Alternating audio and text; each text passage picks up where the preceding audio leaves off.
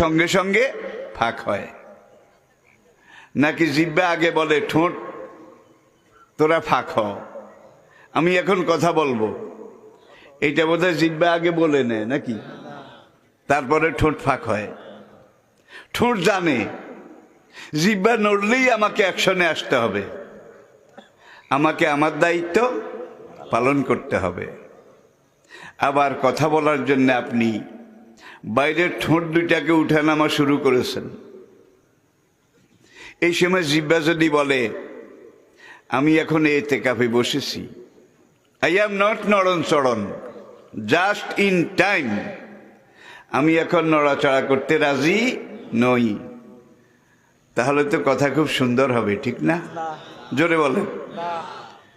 কথা বলার জন্য ঠোঁট দুটো উঠানামা শুরু করেছে, এমন সময় জিহ্বাটা যদি বলে